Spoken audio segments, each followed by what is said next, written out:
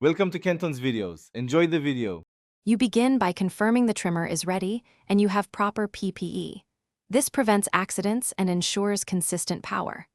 Once the engine or battery is warm, set the cutting height to match the lawn and angle the head slightly toward the grass to avoid scalping. Start at one fixed corner and make short, controlled passes moving toward you.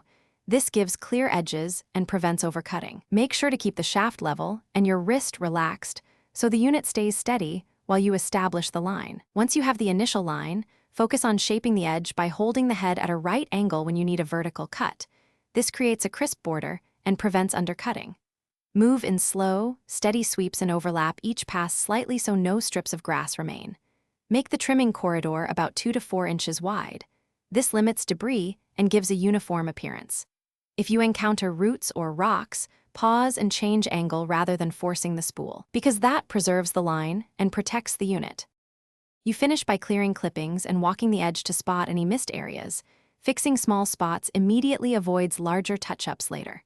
Once done, shut off, disconnect battery or fuel, and clean the head and guard to prevent buildup. This preserves performance.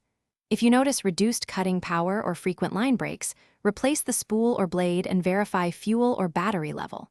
If the trimmer stalls or vibrates, stop and check for debris jams, loose guards, or a fouled spark plug as a primary troubleshooting step.